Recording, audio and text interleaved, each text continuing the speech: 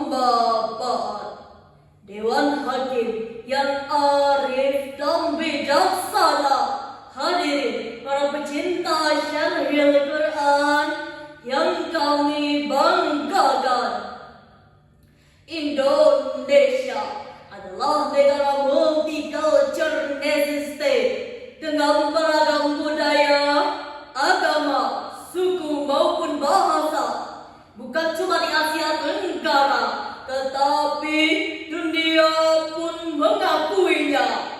Seperti yang diungkapkan oleh Fujiono dalam gubahan syair lagunya. Ragam umat, ragam agamanya. Ada Islam, ada Kristen, Hindu, Buddha. Banyak suku dan budaya. Ada Jawa, Sumatera, sampai Papua. Semuanya di negeri ini bersatu di Bhinneka Tunggal Ika. Mantapkan hadirin. Namun sayang, keberagaman yang dimiliki Indonesia merupakan sebuah ancaman yang mengerikan yang berpotensi menghancurkan persatuan dan kesatuan. Kebiasaan memperdebatkan perbedaan, melakukan tindakan kekerasan, bahkan memicu konflik massal. Pantaslah kalau keberagaman ini seperti api di dalam sekam yang suatu waktu bisa tersulut tanpa panas, bahkan membakar bangsa ini. Untuk itu, membangun kekuatan melalui keberagaman di Indonesia adalah judul Syarhil Quran yang akan kami sampaikan pada kesempatan ini sebagai rujukan Al-Quran Surah Al-Hujurat ayat 13.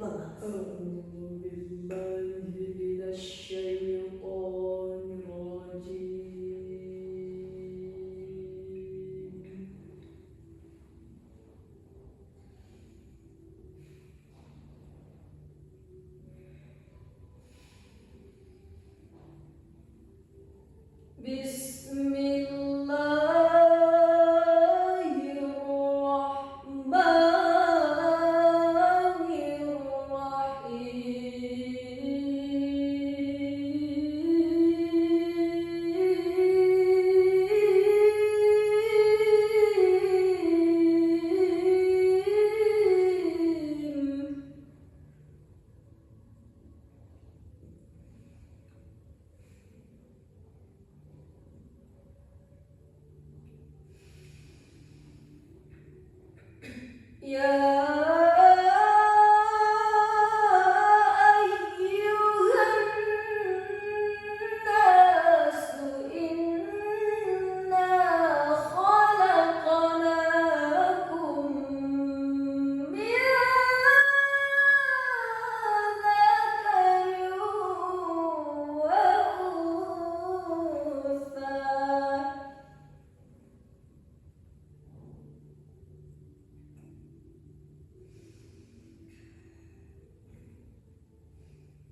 وَجَعَلْنَاكُمْ شُعُوبًا وَقَبَائِلَ لِتَعَارَفُوا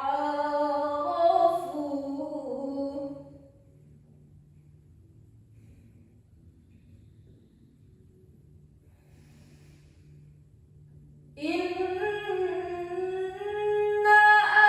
أَكْرَمَكُمْ عِندَ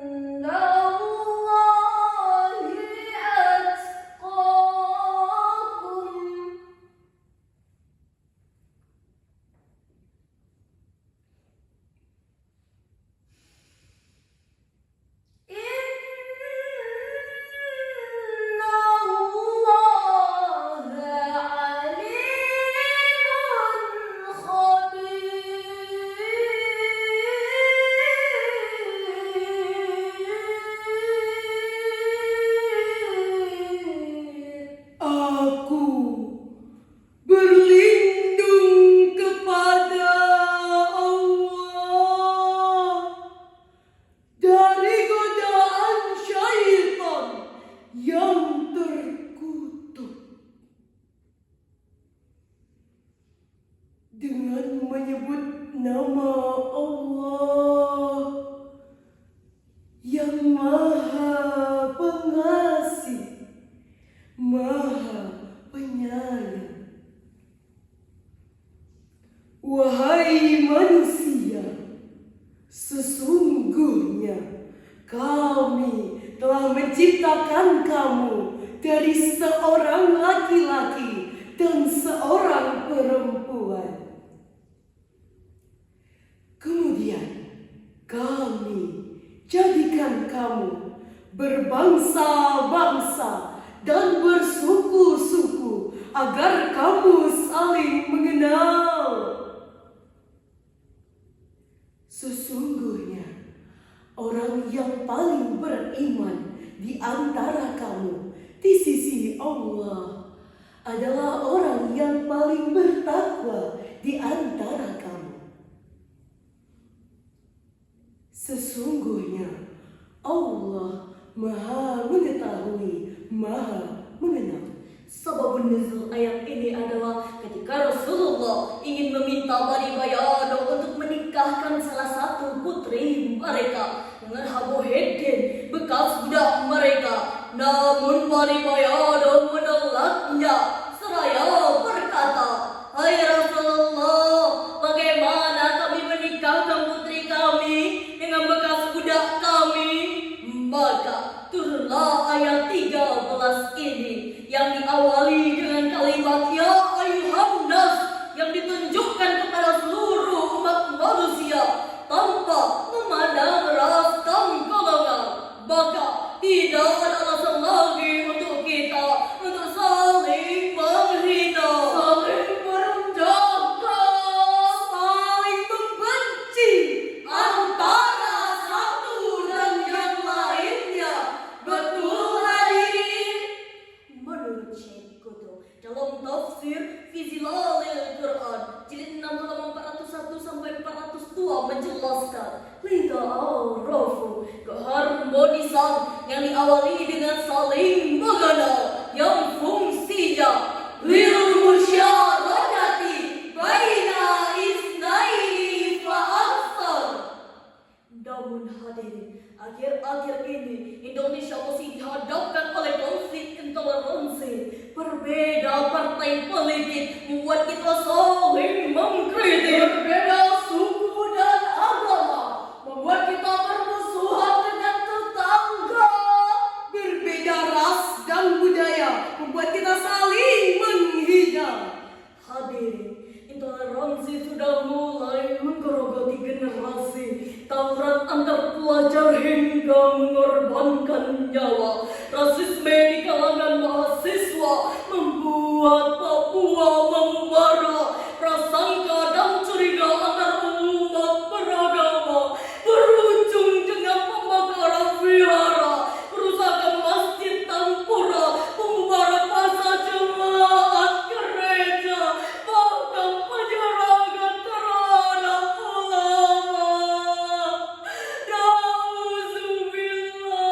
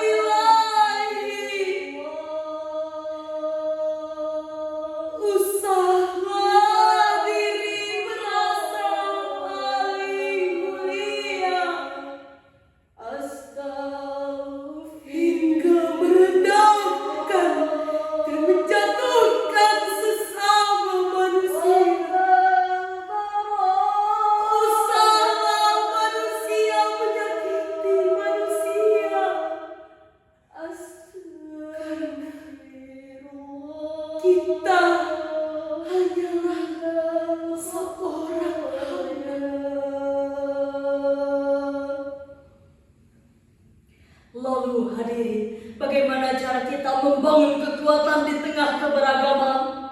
Sebagai jawabannya, mari kita renungkan Al-Quran surah Al-Anfal ayat 46. Wa ati'u Allah wa rasulahu wa la tanaza'u fatafshalu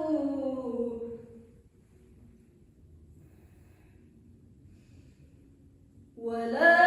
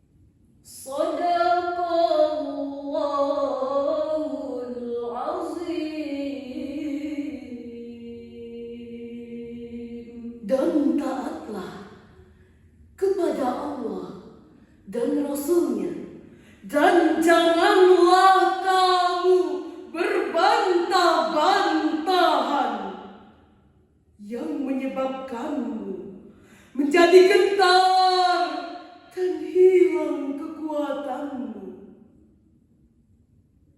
Dan bersabarlah, sesungguhnya Allah beserta orang-orang yang sabar. Maha benar Allah dengan segala firman-Nya. Demikianlah hadirin, perang yang kita hadapi sekarang adalah perang mengusir penjajah, bukan perang bersenjata, tapi perang fitnah dan adu domba, Perang berita hoax dan ujaran kebencian yang menyebabkan perpecahan bangsa. Pantaslah kalau Insinyur Soekarno pernah berkata, My struggle is easier than you, because I rebel the invaders, while you shoot against your own people. perjuanganku lebih mudah daripada kalian semua, karena aku mengusir penjajah, sedangkan kamu mengusir bangsamu sendiri. Hadirin yang berbahagia, sebagai kesimpulan, pertama, saat ini Indonesia masih dihadapkan oleh krisis intoleransi yang ditandai dengan maraknya isu sara, dunia maya maupun dunia nyata. Kedua, perlu tindakan tegas dari seluruh pemerintah terhadap perilaku intoleransi. Ketiga, perlu dukungan dari seluruh rakyat Indonesia untuk bersama-sama membangun kekuatan di tengah keberagaman. Oleh karena itu, mari kita rawat keberagaman. Mari kita hargai kebinekaan untuk mengagungkan keindonesiaan. Setuju? Demikianlah syarahan yang dapat kami sampaikan. Terima kasih. Sampai jumpa. Wassalam.